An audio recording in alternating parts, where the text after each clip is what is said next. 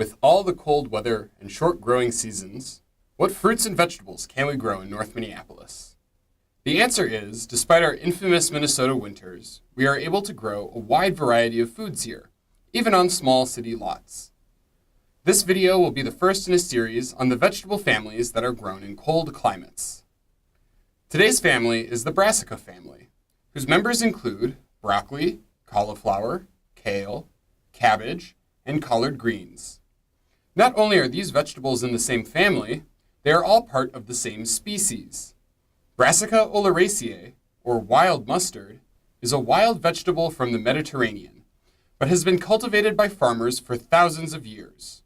Over time, as the plant was exposed to different environments and different growing practices, the mustard expressed different traits and growth habits, ranging from tightly balled-up cabbage leaves to the large flower heads on broccoli and cauliflower. Many brassica vegetables are biennial, which means that a plant will live for 2 years. During the first year, many of these vegetables produce leaves and grow to be 2 or 3 feet tall, depending on the vegetable. This stage is what horticulturalists call vegetative growth. Brassicas can be planted by seed, but you will have a bigger harvest if you start your plants indoors. To do this, simply plant a seed in a small container, such as a Dixie cup, with some soil, and keep them in a moist and well-lit environment. Bring your plants outside to adapt them to the climate a few weeks before planting. When planting, read your seed packets or starter plant guides to know how far apart each plant should be. Some plants, like dinosaur kale, take up less space and grow vertically, while other plants, like cabbage, can be as wide as 3 feet. Giving plants an appropriate amount of space to grow allows larger leaves to form, maximizing your harvest. To get a higher yield and jumpstart your plant's growth, you should add compost to your soil. Compost is decomposed plant material that is rich in nutrients and will strengthen your vegetable's health. If planting transplants, dig a hole for your plant, add a handful of compost to the hole, and then put your transplant in the hole. This exposes the roots to a direct source of nutrients. Once plants have grown a few large leaves, they are ready to harvest. Harvest kale, collard, broccoli, and cauliflower greens by snapping off the lower leaves on the stem. Consistently harvesting large leaves will stimulate the plant to keep growing. Plants that grow heads of flowers or leaves, such as broccoli and cabbage, are annuals and are harvested after a season of growth. These vegetables should be harvested where the leaves or flowering parts meet the main stem. You will want to use scissors or a knife to easily remove the vegetable from the plant.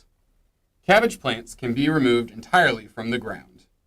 Once the cabbage head is removed, smaller, less attractive heads will form around the main stem.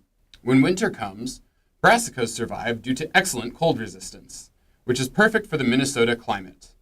In particular, kale and collards can be planted both in the spring and in the fall because of this. After winter, old kale, collard, and mustard plants will continue growing, but will quickly produce flowers and seeds. This is called the reproductive growth stage. The seeds develop inside thin pods, and the pods can be left to dry on the plant, and the seed can be saved and grown next season. This is what makes brassicas an ideal crop. One plant can be harvested for 2 years, and then seeds can easily be saved to plant again the next season. In addition to the plentiful harvest, brassica vegetables have incredible nutritional value. As with many vegetables, brassicas are an excellent source of natural fiber, which is important for digestive health. They also contain high levels of vitamin C and E, which strengthen the immune system. Brassicas also contain a variety of natural compounds that can prevent serious health disorders. In a study on red cabbage, it was found that an extract of red cabbage triggered cell death in cancerous cells. Untreated cancer cells continue to grow at normal rates, suggesting that compounds in red cabbage and similar vegetables can prevent cancerous cells from forming. Other studies suggest most members of the Brassica vegetable family carry these properties because they have high amounts of natural antioxidants like flavonoids and phenolic acid. The USDA lists kale as one of the richest sources of flavanol, and also lists broccoli, cauliflower, Brussels sprouts, and cabbage as good vegetable sources of flavonols and flavones. Both conventional wisdom and science suggest that regular consumption of brassicas leads to improved health and can prevent life-threatening illnesses such as diabetes and cancer. I hope all this information inspired you to grow some brassicas, or maybe just go to the store and buy some of these powerful vegetables. If you want to try some greens but don't know where to start, click on this link for a delicious and quick recipe. Let us know if you have any gardening tips or questions in the comments section. What vegetables would you like to learn about next? Thanks for watching and have a great day.